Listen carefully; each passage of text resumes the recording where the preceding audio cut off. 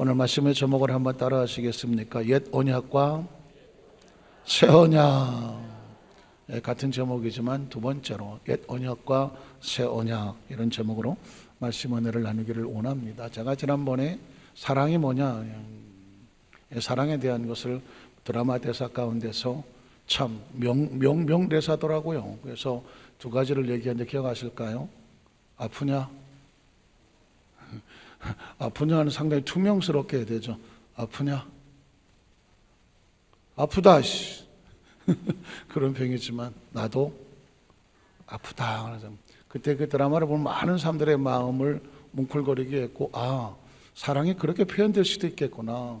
아, 내가 I love you. 아, 나 너 사랑해. 뭐 이것도 사랑이겠지만 아프냐?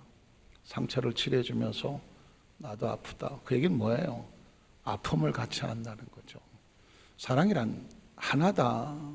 아픔까지도 너와 같이 아프다. 네가 아프니까 합심기도 할까요? 네가 아프니까 나도 아프다예요. 사랑은 같이 아픈 거예요. 아, 나 여기 아파. 그럼 아이, 그렇게 많이 사 먹었으니까 배가 아프지. 이건 사랑이 아닌 거잖아요. 아프냐? 나도 아프다. 그래서 내 안에 누구 있다? 너 있다. 이 얘기도 가만히 보니까 결국은 내 안에 너 있다는 얘기는 우린 둘이 아니다, 하나다. 그러니까 사랑이란 같이 하는 거죠. 함께 하는 거다. 같이 느끼고 같이 같은 마음을 품는 건 이게 하나다. 아주 단순한 이야기 같지만 사랑에 대한 여러 가지 정의가 있겠지만 이것만큼 또 확실한 것도 없는 것 같아요. 그럼 요한복음 3장 16절이 나와요. 갑자기 드라마 대사하다가 요한복음 3장 16절이 나오는, 하나님이 세상을 이처럼 사랑. 무슨 사랑이에요? 하나님께서 자기 백성들을, 자기 피조물들을, 정확하게 말하면 자기 형상과 모양을 닮은 하나님의 피조물들을, 자신의 형상과 모양을 닮은 내 새끼들이잖아. 하나님의 마음에 저와 여러분은, 우린 부족하고 연약해 보일지 모르지만 하나님 앞에 피조물은 하나님의 소유잖아요. 그 특별히 인간은 하나님의 형상과 모양을 닮았잖아. 에덴 동산에 보면 하나님께서 그 에덴의 가장 좋은 곳에다가 그들을, 에덴을 이끌고 그곳에서 하나님의 영을 부어주시고 그곳에서 함께 네가 생육하고 번성하고 땅에 충만하고 위탁하고 위임해서 에덴을 지켜라. 정확히 말하면 에덴을 지키겠어요? 너희 마음과 주권, 하나님의 주권을 지켜서 우리가 같이 함께 있자. 에덴 하나님과 어떻게 하는 곳이에요? 함께 있는 곳입니다. 한번 따라하세요. 함께 있는 건, 함께 있는 건, 여러분의 기억 속에, 의식 속에 철저하게 신앙은 하나님과 함께 있는 거예요. 에덴은 하나님과 함께 있는 신앙의 모델이고 샘플인 거예요.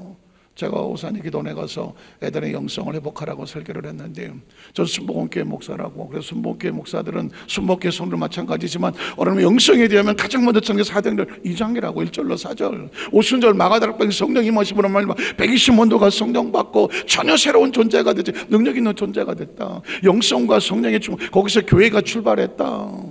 그런데 여러분, 왜 갑자기 오순절 마가다락방에 나오나? 그냥 나오는 게 아니에요. 거꾸로 뒤집어 올라가 보면 약속이 있었잖아. 요에서의 만민에게 저 약속이 있었고, 우리 성도들은 알겠지만 그 최후의 만찬 예수님이 처절하게 말했잖아. 보혜사 성령 피투성이를 배반하고 도망갈 그 제자들을 몇 앞에 두고, 며칠 앞에 두고, 그럼에도 불구하고 보혜사를 외쳤잖아. 승천하시면서 마지막으로 절규하듯이 말했잖아. 예루살렘 떠나지 말라고, 다시 배반하지 말라고, 다시 비굴하게 예수님 모른다고 부인하고 세상에 밀려가지 말라고. 넌 그렇게 된 존재가 아니라고. 세상 눈치 보면서 그렇게 살아갈 존재가 아니라고. 하나님의 형상과 모양을 받은, 마치 아버지가 당장에 나가서 돼지치기로 전락했을 때 넌 그렇게 살 존재가 아니란. 한번 따라하세요. 우리는 세상에서 그렇게 살아갈 존재가 아니다. 확신하시겠어요? 우리가 얼마나 많이 세상에서 쫄고 살았냐고, 얼마나 많이 태어나서 내가 도대체 뭐 어떻게 살았는지도 몰라고, 어떻게 이렇게 됐는지도 모르고 피투성이로 지금까지 살아왔잖아. 1910년대 태어나신 분도 계시고 20년, 30년 일제시대 처절하게 하신 분도 50년대 그 6.25 전쟁통에 태어나신 분도 계실 거고 그 산업 우리나라 막 산업화되고 민주화되고 살아왔잖아. 쭉 돌이켜 와서 살아온 동안에 얼마나 많은 피투성의 상처를 가지고 살아왔냐고. 눈치 보고 살아보고 배고프며 살아보고 정말 억울하게 살아왔냐고. 그런데 성경을 뒤져보니까 하나님 마음은 전혀 그게 아니라고. 너는 내 백성이라고, 내 자녀라고. 네가 아프냐? 나도 아프다는 거예요. 하나님이 아프지 않으면 자기 백성을 위해서 하늘에서 뛰어 내려와서 우리 가운데 임하실 리가 없잖아요. 아프니까 내려오는 거지. 우리 아픔을 눈뜨고 볼 수가 없으니까. 그가 아프니까. 혹시 자녀가 아파 보신 분 아시겠지만 저도 몇 번 얘기하지만 제가 웬만하면 눈물 잘 안 흘려요. 세상적으로는요. 워낙 뭐 연단을 많이 받아서. 제가 축구를 오랫동안 해갖고 이 축구를 많이 하는 사람은요 엄지발톱이 살아날 일이 없어요. 저 엄지발톱 다행히 이게 계속 나서 다행이지 왼쪽 오른쪽 엄지발톱이 뭐 거짓말 살짝 보태면 한 20개는 빠졌을 걸. 20개는 빠졌을 걸. 왜냐하면 축구화가 이게 조금만 해도 공 차다 보면 엄지발톱이 죽어요. 벌써 그러면 이렇게 맨 처음에 죽었을 때 큰일 났다 이거 어떡하지. 근데 이 정도 나중엔 그래 또 죽었네. 또 죽었어. 죽어도 괜찮아. 시커멓게 있다가 나중에 보면 슬쩍이 들어보면 발톱이 들려요. 이렇게 또 살짝 들리면 밑에서 나고 있어. 나고 있다고. 그러니까 뭐 걱정 안 해. 테이프로 붙이고 있다가 나중에 지가 떨어질 쯤 되면 이제 그때 이제 내가 잡아 빼면 돼. 물론 그때 좀 아파. 조금 아파. 아프긴 하지만 처음에 아프지 여러 번 하다 보니까 어금니 깨물고 그냥 뚝 뛰면 지금 생각만 해도 아프다. 아파. 그래도 나 안 울어. 안 울었다고. 20개에서도 안 아파. 왜냐면 나중에 되니까. 그런데 내 자식이 아파서 병상에 누우니까 달걀똥 같은 눈물을 쏟더라고. 이거 발톱 20 빠진 건 아무것도 아니더라고요. 전 무슨 얘기를 하냐면 하나님이 세상을 이처럼 사랑하사 문구가 아니라는 거죠. 그분의 심령을 아시냐고 묻는 거죠. 하나님께서 피투성이를 그걸 어떻게든지 에덴에서 잘했던 이놈이 뛰쳐나간 아담과 하와 내고 또 갖다가 뭐 노아 좀 갖다 놓고 또 해서 아브라함에서 어떻게 좀 해놓은 것 같은데 가서 갖다 집어넣으면 가나안 땅에 가서 또 뭐 살만하면 다 도망가고 이 새끼들이 말이야. 바알 신에 가서 발발 떨고 앉아있고 막. 구약 역사 속에서 보세요. 피투성이 아닙니까? 유다와 이스라엘 보면 하나님께서 유다 왕국엔 그래도 선한 왕들이 있고 이스라엘 왕 이쪽에는 나쁜 놈들만 잔뜩 있어왔고 악한 왕이라고 하는 하나님께서 어쩌자고 그런 족속을 선택해서 차라리 대한민국 우리나라도 똑같이 남당이 갈라져 갖고 와서 어쨌든 하나님의 가슴이 피투성이 된 게 도저히 안 되겠다 해서 이게 하나님이 세상을 이처럼 사랑하셨어요. 이건 사람으로는 안 돼. 선지자로는 안 되는구나. 사랑하사 독생자가 누구예요? 하나님 자신을 독생자를 주셨으니 주셨다는 게 뭐예요? 이 4차원의 영적인 하나님의 차원 시간과 공간의 제한을 받고 우리는 아직도 어떻게 된지도 모르는 우주 바깥의 저 4차원의 하나님의 영의 나라 속에서 이 3차원의 시간과 공간을 뚫고 창조주가 피조물 속을 들어오려면 아니 길거리에 있는 조그만 개미 보고 우리더러 너 개미가 되라고 해서 같이 살라고 그러면 살겠어? 살겠냐고. 애시당초부터 개미로 태어났으면 모르지만 인간으로 살다가 개미로 돼보라고 그랬어요. 그게 살 길이에요. 그게 창조주가 피조물의 육신을 가지고 시간과 공간 속에 들어와서 그래서 성령으로 잉태될 수밖에 없는 거고요. 우리 가운데 거하셔. 또 목수의 아들로 무슨 뭐 큰 왕궁에 무슨 왕으로 태어나서 그런 게 아니라 목수의 아들로 조롱당하고 손가락질 당하고 나사렛에 무슨 선한 것이 생기겠냐고. 그런데 그 아들, 그 예수의 이름이 뭐예요? 아들을 낳으려는 이름을 뭐라고 해라? 예수의 뜻이 뭐예요? 자기 백성을 저들의 죄에서 어떻게 한다고? 왜 건져내는 거예요?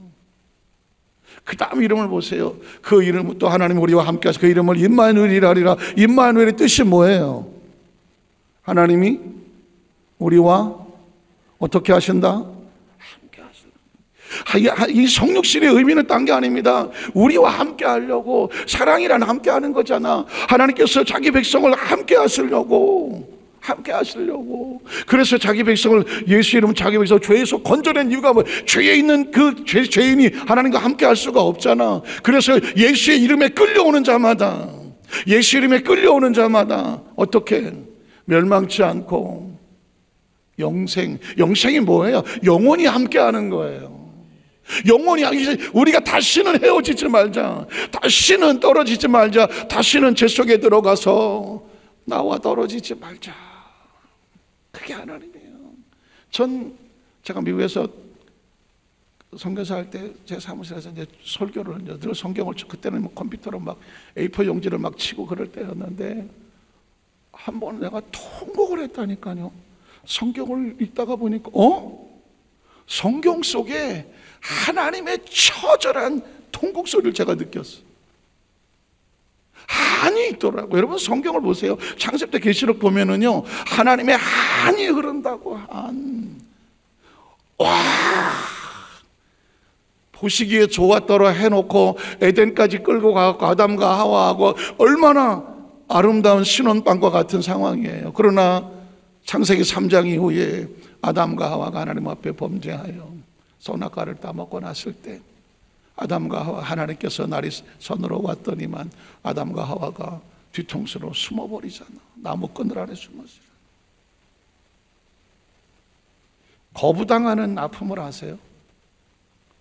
살면서 가장 힘든 것 중에 하나가, 가장 사랑하는 사람의, 사랑해야 될 사람이 나를 거부한다고. 거부당해 보셨어요? 하나님이 아담과 하와를 찾아, 아담과 하와가 무화과 나무로 치마를 했고 숨어 있어. 무서워 나오지를 못해. 그때 여러분 하나님의 처절한 심정을 아시겠어요? 거기 하나님의 한이 그러잖아. 아담아, 네가 어딨냐? 그때 어떠셨을 것 같아요? 아담아, 네가 어딨냐? 했을 때 그 하나님의 심정을 아시겠어요? 그때 그 소리를 듣고 있는 아담과 하와의 처절한, 하나님 우리 여기 있지만 나가지 못해. 죄가 얼마나 잔인한지 아세요? 가장 소중한 관계를 끊어버리거든. 생명의 관계를 끊어버리거든. 그 이후로 성경은 하나님의 처절한 한맺힘이 흘러나갑니다. 가인에게도 상처받고, 우리는 하나님 앞에서 전 성경 속에서 그동안 하나님만 찾았는데 거꾸로 뒤집어 보니까 인간이 하나님 앞에 얼마나 많은 상처를 줬는지. 아담과 하와가 하나님의 가슴에 대못을 박았고, 가인 이 새끼는 양 이 새끼라고 그래야죠. 하나님이 가인을 붙잡고, 아니 그 사람을 뭐 대단하다고 가인을 붙잡고 하나님이 설득을 하고 있어. 야 가인아, 너 얼굴색이 왜 그래? 네가 하나님 볼버릇 했으면 얼굴색이 변할 리가 없잖아. 너 죄가 너를 유혹하더라도 죄를 이겨내야 돼. 죄가 오는 사자같이 문 앞에서 기다린단 말이야. 죄에서 오는 덕에서는 죄를 이기라. 가인은 들은 척도 안 하고, 내가 아우를 지키는 자입니까? 그리고는 지 하고 싶은 대로 아우를 쳐서, 아벨을 쳐서 죽이고, 그리고는 에덴 동편으로, 전 예전에 에덴 동편, 에덴의 동편이라고 하는 영화 나왔을 때는 에덴 동편은 좋은 쪽인 줄 알았어요. 알고 봤더니 가인이 하나님의 낯을 피하여 도망간 곳이에요. 에덴의 동편은 절대로 가지 마세요. 아멘을 안 하시네.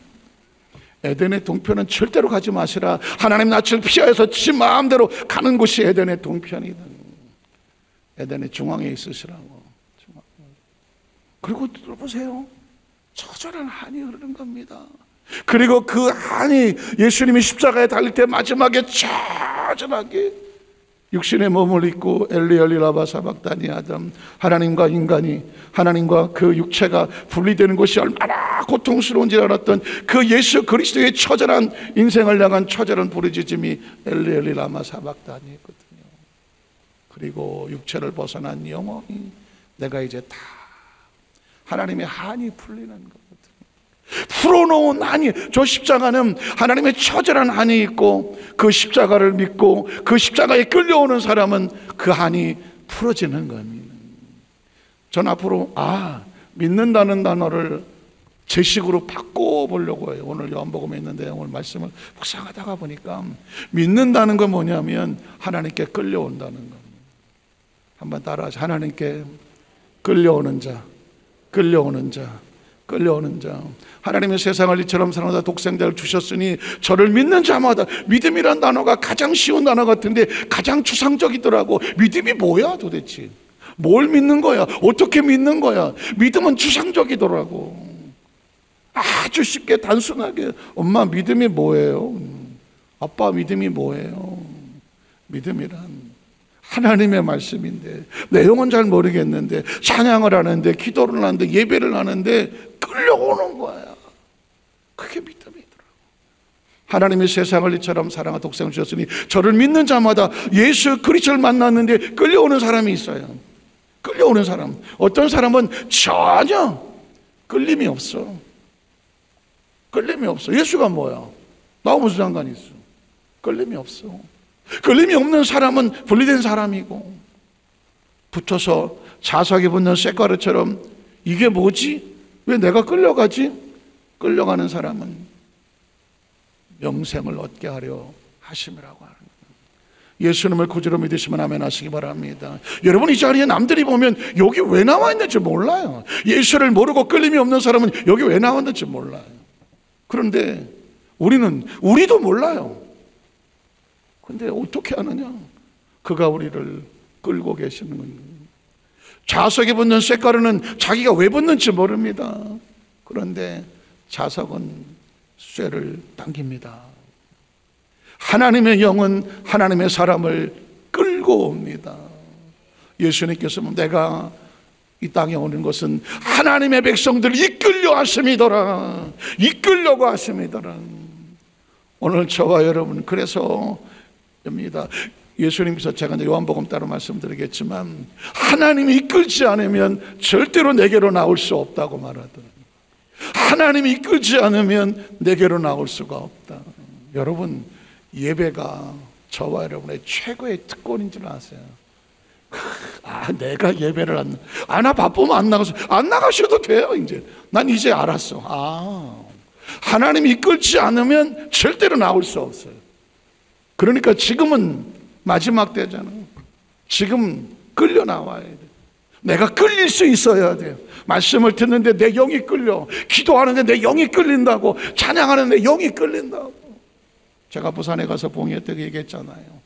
19살짜리 고등학교 3학년짜리가 그 자기 교회에서 한 번도 예배 시간에 제대로 드린 적이 없는 내가 졸고 그랬던 아이가 몰라. 그거는 예배가 시작하자마자, 부흥회가 시작하자마자 애가 울기 시작을 하는데, 난 보긴 봤어. 제가 왜 우는지 나도 몰랐으니까. 원래 저렇게 우는 애인가 보다. 그러면 다 끝나고 예배도 끝났어. 다 끝났다니까. 그런데도 얘 눈물이 그치지를 않아. 목사님, 은총이가요, 얘가 예배 시간에 눈물이 흘리는데 눈물이 안 그쳐요. 목사님, 은총 기도 좀 해주세요. 그래서 제가 봤더니 아이가 계속 울고 있어.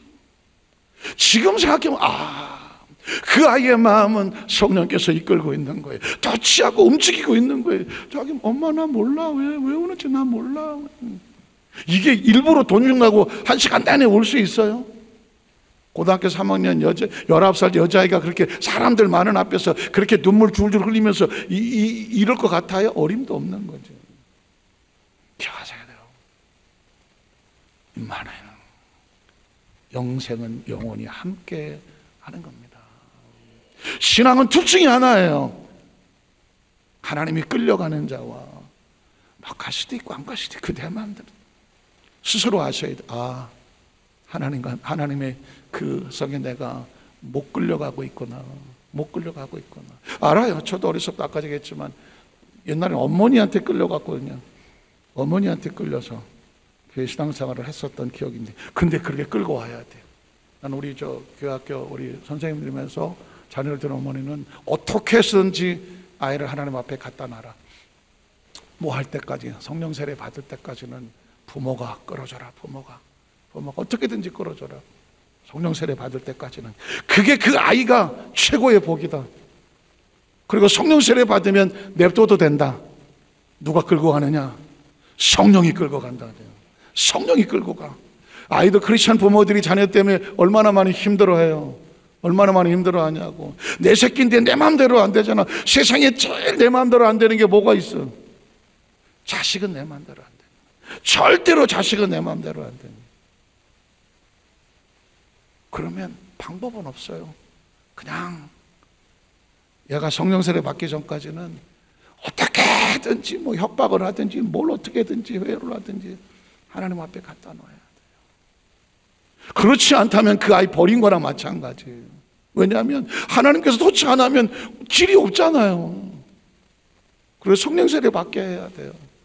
제 이야기를 하는 거예요. 제 이야기를 가만히 보니까 저희 어머니도 저를 어떻게든지 신앙생활을 하려고 말씀대로 살게 하려고 몸부림쳤던 것 같아요. 물론 그렇다고 제가 교회를 안 나간 건 아니에요.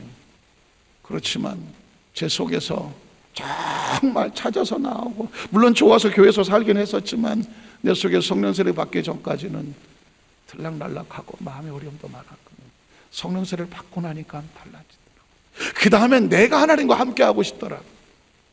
내가 하나님과 함께 하고 싶더라고요. 제가 오늘 여러분에게 함께라는 단어를 이루는 딴 게 아닙니다. 우리 마음속에 이 계명이라고 하는 것이, 하나님이라는 존재가 밖에 있는 사람이 있고 내 안에 있는 사람이 있거든요. 내 안에 있는 사람이 있거든요. 다시 말해서 성령이라는 존재가, 성령은 우주 가운데 충만해 있지만 성령이 내 안에 절박하고 내가 성령님과 하나 있어야 되는 하나라는 인식이 없으면 예수님도 겉돌고 나도 겉돌고 필요하면 구하고 뭐 그렇게 별로 다급하지 않으면 그냥 적당히 그냥 걸어가는 거예요. 그런데 내가 절박하고 내 영이, 하나님의 영이 내 속에서 있어야 되는 절박함이 없으면 겉돌지만 절박해지면 단 한 시간도 한 호흡이라도 하나님 놓을 수가 없어요. 놓을 수가 없어요. 저는 우리 여도수 한적교회 성도들이 이 신앙의 끝이 딱 가까이 하나님과 조금이라도 빈틈 있는 것을 이게 허전하고 힘들어서 견딜 수 없는 심령을 소유하시기를 주의 이름으로 축복합니다. 아니면 다 꽝이야. 저도 지금 신앙생활 어렸을 때부터 지금 60년 이상 했잖아요. 60년 하고 이만큼 목회했잖아요. 그런데 신앙은 하나님과 관계예요. 관계에서 내가 지금 절박하게 하나님의 영이 함께 있는 것이 이게 확신하지 않으면 신앙은 형식이 아니에요. 연조도 아니고 아무것도 아니에요. 하나님과 지금 나와의 관계예요. 관계. 창조주와 피조물과의 관계예요. 마치 공기를 숨을 쉬지 않으면 못 사는 것처럼, 물을 마시지 않으면 못 사는 것처럼 살면서 또 반드시 해야 되는 것들이 있어요. 생명을 지키기 위해서. 그 중에서 가장 24시간을 빈틈없이 붙잡고 있어야 될 게 뭐냐면 하나님의 영이에요. 하나님의 성령이라고요. 하나님의 성령이라고요. 근데 그 성령은 약속으로 하는 거예요. 제가 옛 언약과 새 언약이라고 오늘 말씀의 제목을 뒀는데 그냥 이것만 설명하고 말씀 마치려고 해요. 왜냐하면 구약의 언약은 출애굽기 20장에 있는 십계명의 언약은 이스라엘 백성들이 애굽에서 나왔잖아. 그리고 하나님 앞에 교육을 받은 적이 없잖아. 430년을 애굽에서 5대가 완전히 애굽 문화 속에 머릿속이고 완전히 그냥 젖어 있잖아. 그냥 애굽 사람이에요. 애굽 사람이라고. 근데 그걸 끌고, 그래서 홍해수에서 침례를 주는 거잖아요. 다 죽은 사람처럼 마른 땅을 걷고 나왔잖아요.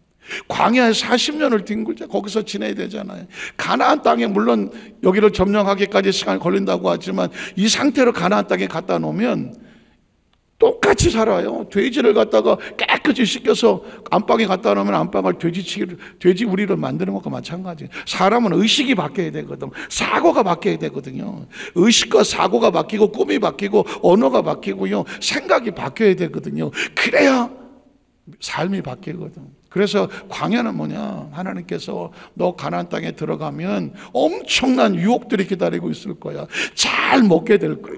잘 살게 될 거야. 모든 것이 풍족하게 될 거야. 내 집이 생길 거야. 내 땅이 생길 거라고. 주위에서 부러워할 거라고. 이제 뭐 남의 눈치 안 봐도 된다고. 편안해질 거라고. 그런데 알아야 돼. 신앙의 제일 위험한 것은 편안할 때야. 아무 일도 없을 때야.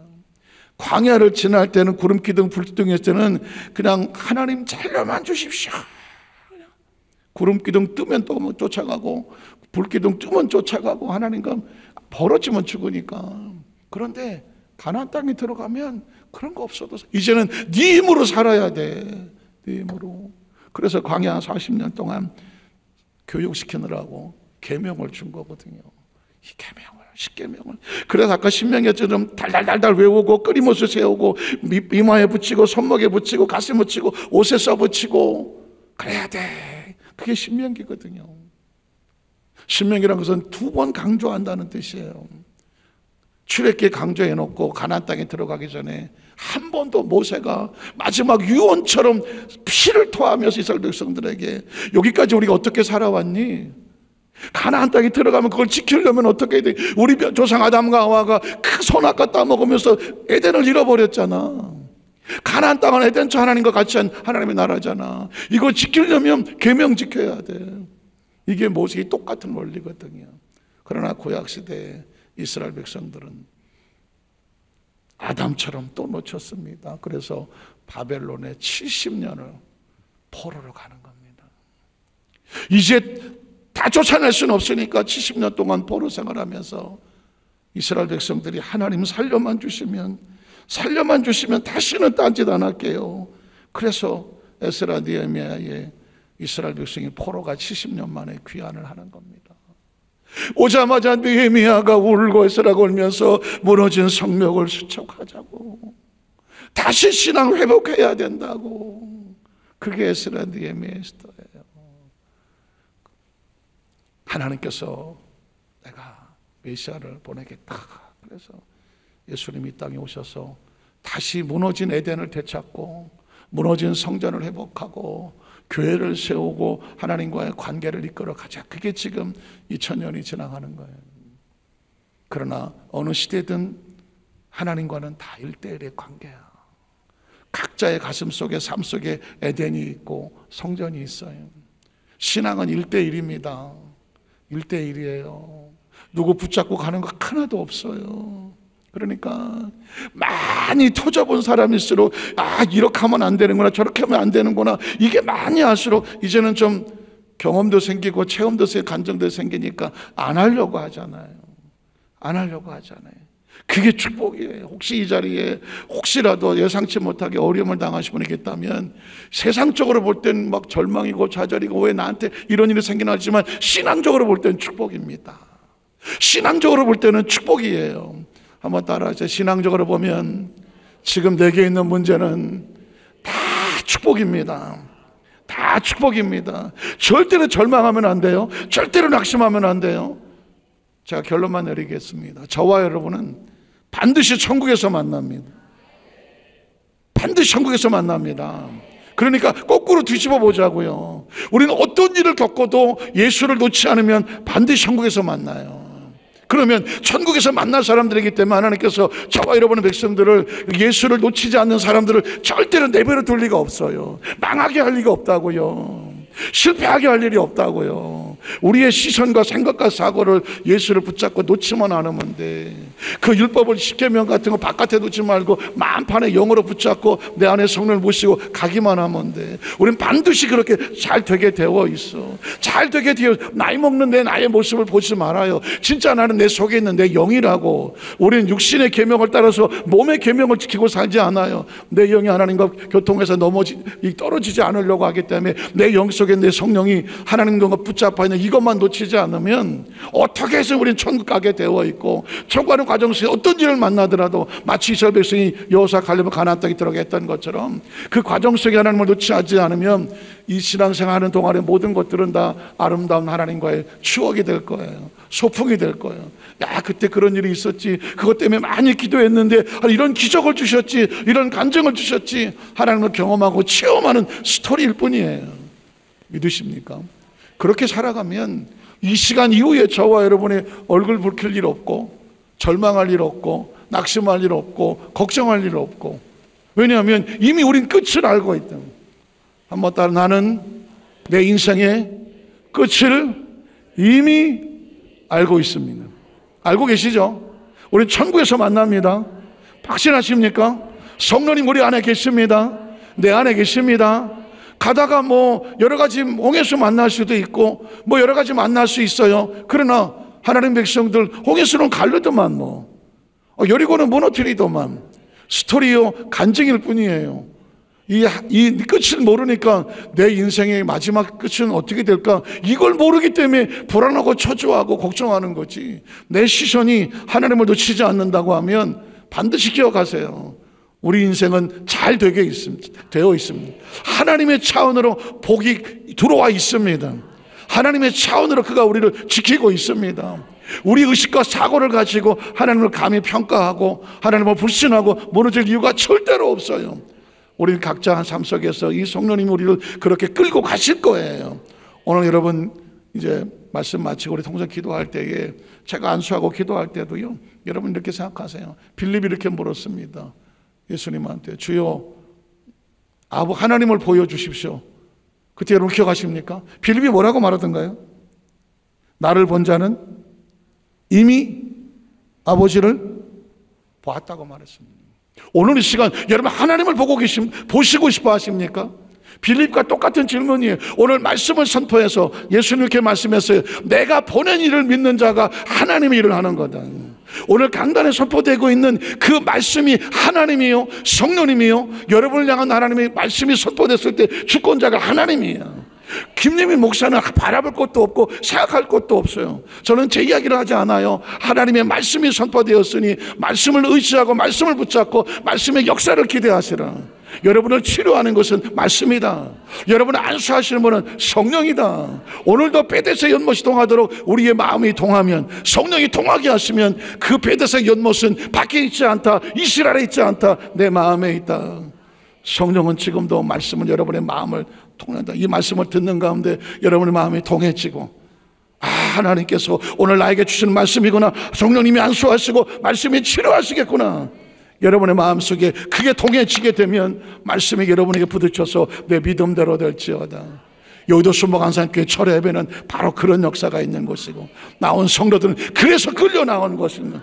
평생 하나님의 성령의 말씀에 끌리고 성령에 끌리시기를 주님의 이름으로 축원합니다. 기도하겠습니다. 전능하신 하나님 아버지,